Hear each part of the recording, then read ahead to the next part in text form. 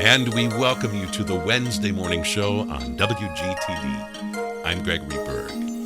It is very exciting and fun to be reconnecting with a very good friend to WGTD and the Morning Show, Amy Greil, Executive Director of the Kenosha Community Foundation.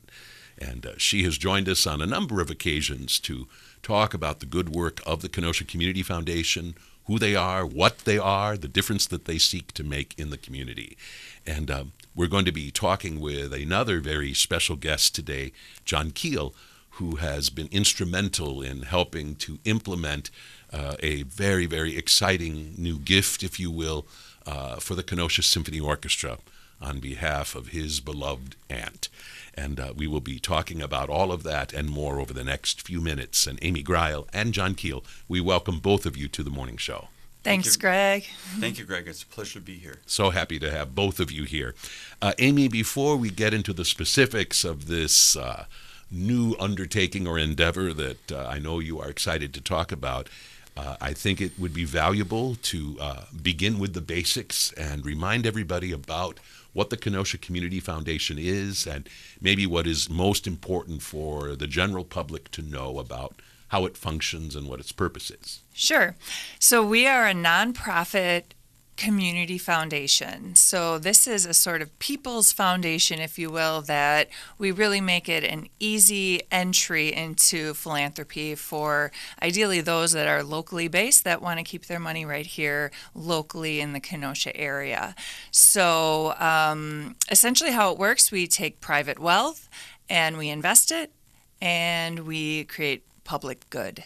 So through an investment model, we obviously are very invested in the sense of endowing gifts so that they can be here for the long haul, in perpetuity, returning value back to the community. So as we'll hear today from John, it's a wonderful vehicle for those that want to ensure their gifts are here for the long haul and can really leave a legacy for an individual long after they may pass and, really create an impact here that is sustaining in the long haul anyway. As we were speaking before we went on the air, you utilized the term conduit at one point. And maybe you could remind our listeners, first of all, what that word means in general, and then how you are utilizing it to describe the work and the mission of the Kenosha Community Foundation. Great. Yeah, this is a new word for me that I'm just really loving to bring back into, fashion. But as a donor comes to me and talk about their passions and what they'd like to do with their wealth, we look at the Kenosha Community Foundation as sort of like the pit stop, the conduit to giving to the local community. So in the case that we'll hear about today, the passion was for symphonic music. The Kenosha Symphony Orchestra was that organization. But rather than going direct to the symphony, it made a lot of sense to use this sort of pit stop of the Kenosha Community Foundation so that the gift could reside with us through the endowment, and then we would be giving grants in perpetuity back to the symphony. So that's where we want to be. As a nonprofit, we are not situated in the sense of competing with other nonprofits. Of course, we regret that nonprofits have to compete with one another at all. But in any case, we're not competing in that sense. We're actually serving the interests of the nonprofit all the more. If we had a competitor, it would probably be Fidelity or something. Our model is very different in that donors can come to us with a smaller gift. Certainly, our minimums are around $10,000 just to get started. And we serve as a conduit to get those resources and the interest earned off the investment to ultimately support nonprofits throughout the community. Before we went on the air, you made specific mention of the fact that the Kenosha Community Foundation takes great pride in the difference that you have made in the realm of the arts. And I think that it's important for us to say that you do good work on behalf of all kinds of worthy causes in the community, but that certainly the arts and the performing arts especially have certainly figured prominently in what you have done and the difference that various people have been able to make in the community. Absolutely. We can go into a lot of those spaces that say a United Way that has the sort of 3 pillars for basic needs and education. We can really go in, really any direction. We have such a flexible model, and there's really no limits as far as I'm concerned to meeting the charitable intent of a given donor. Wonderful. We have with us in the morning show today for part 1, Amy Greil, who is Executive Director of the Kenosha Community Foundation. And we have with us as well in the studios, John Keel. Amy, I want to give you an opportunity to describe your initial encounter with John Keel and say a little bit about why he joins us today. Well, sure. So when I began at the Kenosha Community Foundation relatively recently, this was the end of 2022, so I'm just a pup in the field, so to speak, in philanthropy. But certainly the name Grace Kolakowski was a prominent sort of just this kind of mythical name, if you will, because I had read so much about her as of late, whether it was her gift to Carthage or her initial seeding of a gift for the Performing Arts Center. So I was aware of Grace Kolakowski.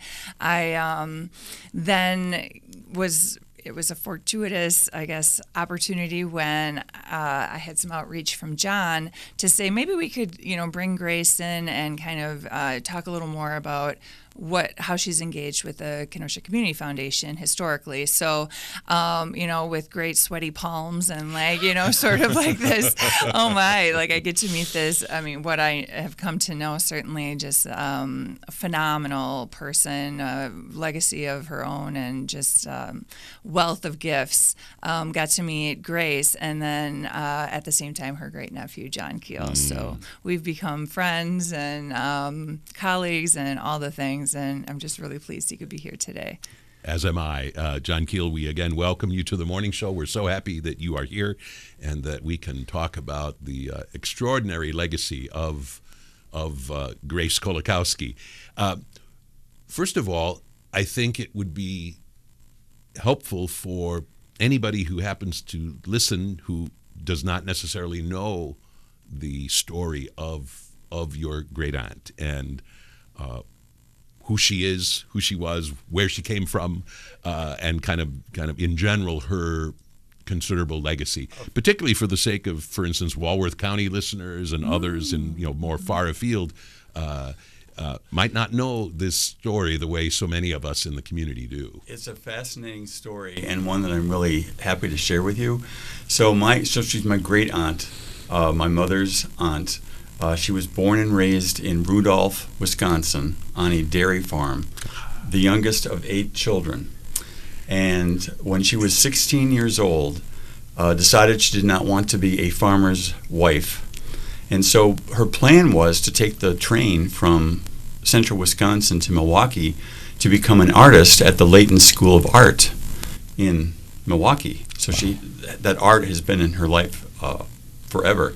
Well, on that fateful trip from central Wisconsin to Milwaukee, she happened to encounter a friend of hers who was traveling with 2 nuns because she was going who was interested in becoming a nun in Milwaukee. Well, so during the course of that train trip from central Wisconsin to Milwaukee, Grace decided to join the convent at age 16.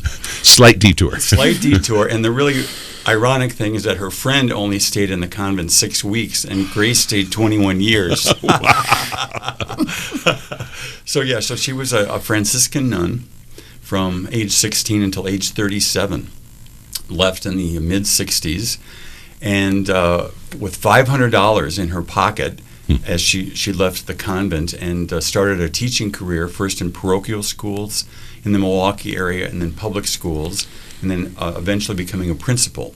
So her whole career was spent in education, and the arts were always in the background. Well, then she moved to Kenosha. She married twice, Her first husband passed away after a very short time, and then she met Lenny Kolakowski, and they got married. And so she lived in Kenosha, and then she commuted to Milwaukee while she was still working there.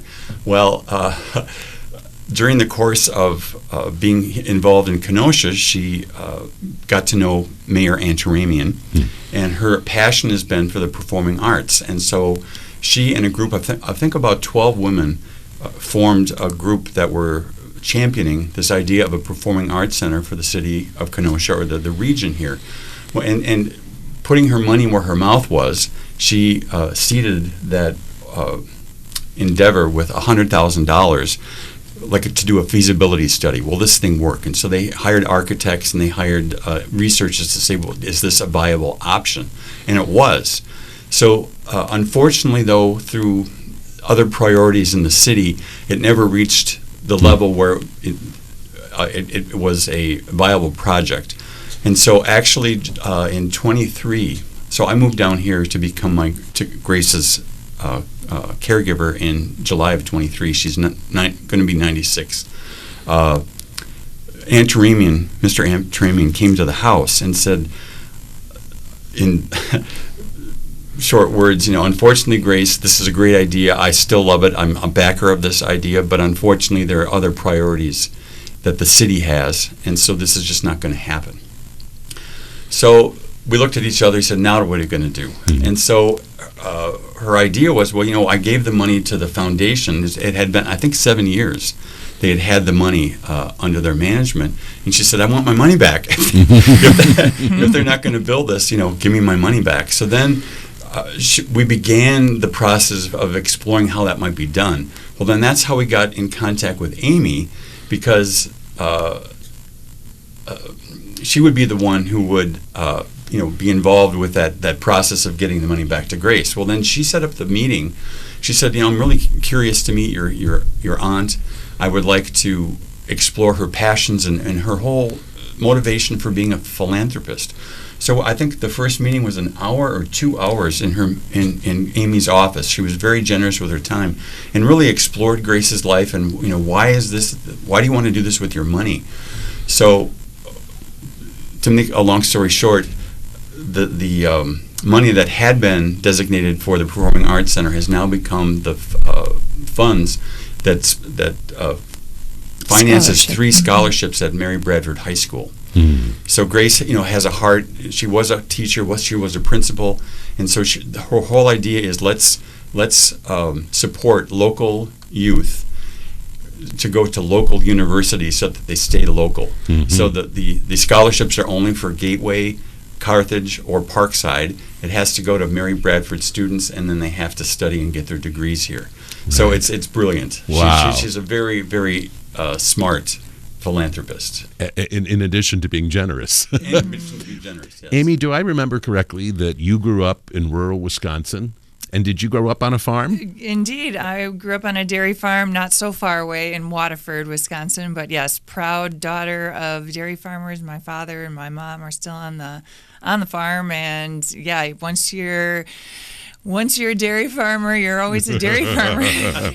So you and Grace Kolakowski had that in common. And I have a feeling one reason that meeting went 2 hours is you probably had dairy farming lore to share with one another. Absolutely. And also, I just have to say, my mother's mother, June Schultz was her name. Like, she has a similar kind of story. She came down from the Upper Peninsula on a train to Milwaukee and actually lived in Milwaukee for years. But it was I felt like I was speaking to my grandma June, as I'm talking with Grace, because there was just something about her eyes, and I don't know, it's pretty powerful when you get into it. It is. Yeah. It honestly is. Wonderful. John Keel, tell us what you know, and I assume it's a fair amount, about your great aunt's love of the arts, and where did that come from? And as far as you know, was that a part of her life and an important interest for her even way back when? I mean, even back on the farm? Or is that something that as she moved into, for instance, the Milwaukee area, that started to become such a passion for her? I think it's the latter. Her interest personally is in the graphic arts. She's a watercolorist, and her home is filled with small watercolors.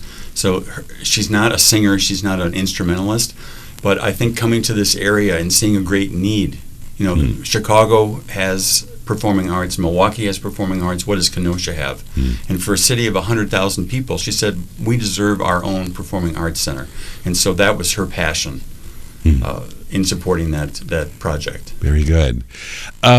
Tell us a little bit, if you would, about the experience of playing this important role in her life. And maybe even ahead of that, tell us a little bit about your own personal relationship with your great aunt over the years, even ahead of 2023 when you came to play this new role in her life. Well, Great Aunt Grace was always kind of the star of the family. I mean, she either didn't work in the paper mills in central Wisconsin. She wasn't on a farm. She'd come to Milwaukee, and she was the nun, and then she was the teacher, and we'd come down, and she'd take us to the zoo and the domes and the Milwaukee Public Museum, and it was always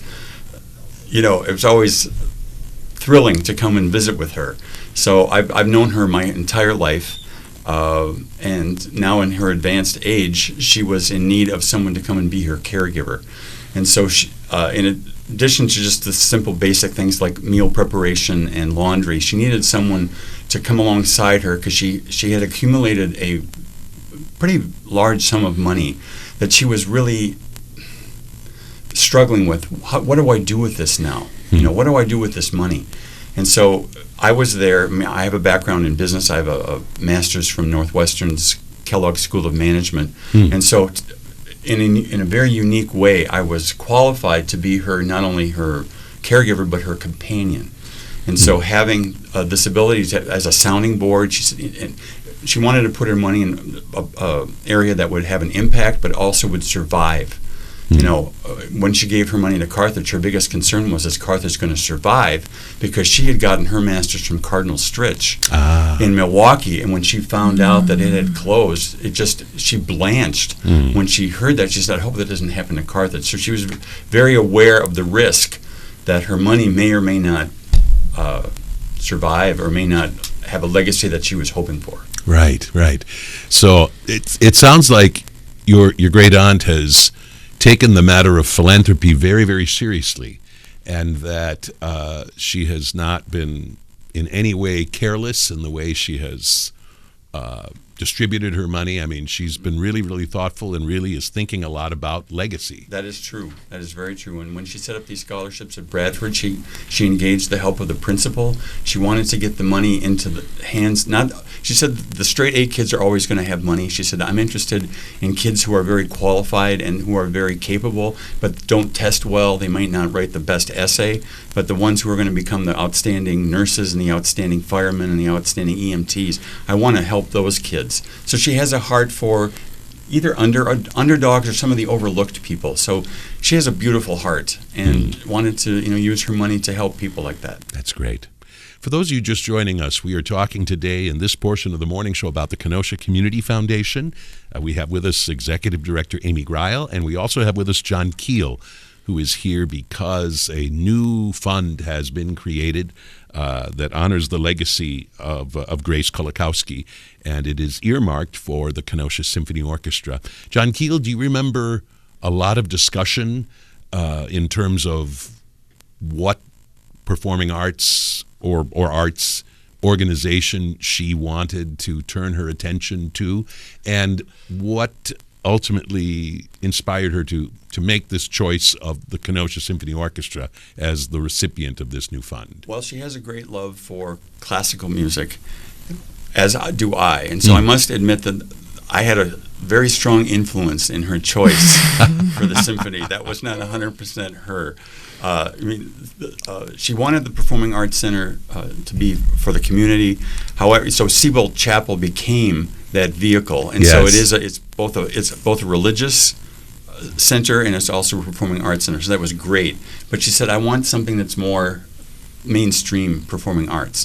Well, the obvious choice in the city is the symphony. It's the biggest organization that's got an 85-year history. Yes. She wanted to be a part of that, and I wanted to be a part of that as well. And following her example, of philanthropy, both in terms of money, but also in terms of time. She inspired me to contact Pete Rodriguez, who's the president of the Symphony. Yes. And so I'm now their newest board member. Ah. And so I wanted to get involved and use my business background, my love of the arts, to help that organization. And so Grace has kind of shown me, you get involved any way that you can, whether it's with the money, your time, talent, or treasure, and help give back. Give back to things that matter. I love that. Pete Rodriguez has been on the morning show a number of times whenever we talk with Maestro Robert Hasty about the next Kenosha Symphony concert. Peter is typically on board as well, and of course not only as president of the board, but also as a proud member of the French horn section of the orchestra. Right. So I appreciate the way in which he brings a musician's appreciation to all of this. I mean, once in a while you have very hardworking, capable board members, but who they themselves maybe have scant understanding of what it means to be a musician or what kind of the musical aspects of it all are. And I appreciate how Pete Rodriguez is both. And so the other part of the story I want to tell you is that I became a board member late last fall. And so just in those initial first meetings, you kind of get an idea of the financial status of the organization. And it was obvious to me that it needed a little bit more firmer foundation. And so that's when the idea for this designated fund with a Kenosha Community Foundation came about, is that how can we sustain this legacy? And so speaking with Amy, that's where the idea came from. I presented that idea to my great aunt, and she loved it, and funded the fund. That's great. So Amy Greil, explain kind of the nuts and bolts, the logistics then of once there is this agreement that Grace Kolakowski wants to extend her legacy in this way, then what needed to happen in terms of the Kenosha Community Foundation? Sure. It's a pretty straightforward process. So once we can identify the charitable intent, we decide kind of what's that vehicle. As John mentioned, we do scholarship funds, but back to that conduit, we want to be really in the space of designated funds, because that means ultimately we empower the donor to say, this is the organization that I want to support, and I want to set up an endowment on their behalf for the long haul. We're not going to change the organization year to year. That would be a donor advised fund. The designated fund is really like this vehicle, this Cadillac of vehicle, to where the foundation's the conduit, but the donor decides, yep, I want to give it to the symphony orchestra for the long haul. We're going to sign an agreement, pretty straightforward, just to say what's the name of the fund, how does our board ultimately then take possession of that gift, and basically then you're transferring it permanently to the foundation's control, and then we steward that gift in perpetuity and give the annual grant as we decide at the outset. So that's a designated fund where from the time the donor sits down, it's set. We don't change. I mean, only in the worst of cases that the symphony would ideally not have this happen. But if they were to close up shop, then we would have to, find a similar purpose. Our board would reassign that gift. But ultimately, it's a really nice and clean way where we're not going back and forth with the donor every year, as I say. And this is a really sustained commitment for a very, I think, mature philanthropist that really knows what they want to do. Right, and who has a grandnephew that also knows how all of this works, which is helpful. So what will the Kenosha Symphony be able to do with this new stream of funding? Will they be free to spend it as they choose, or are there ways in which that is, in a sense, earmarked with this? Sure, fund? Great question. We don't patrol or police the designated fund grant, so it's really, it's unrestricted. We issue the grant, and they are empowered to use it as such. Of course, they're not accessing the full breadth of the gift. We retain the principal. They get access to the interest earned, and in this case, we could almost fund an entire concert just a whole concert, on the way. I mean, as this fund grows, all the more. But I mean, to imagine they offer four concerts annually. Oh, even three. Okay. Well, and one of the three can be, kind of cost covered by a single gift. That is where we want to be. That's extraordinary. Awesome. Well, and it's so helpful for a group like this because so often grants to arts organizations are closely restricted and often do not grant funding for just normal operations. It has to be because you're going to buy something special, and this kind of thing is just so helpful to the fund. And you can't depend on them because you have to reapply, and you may or may not get them. Where this is the money that they can depend on year after year and build into their budget. And so to give that kind of stability and ability to project the future is very important to any nonprofit. To have that stability. Amy Greil, you made passing reference to this fund potentially growing.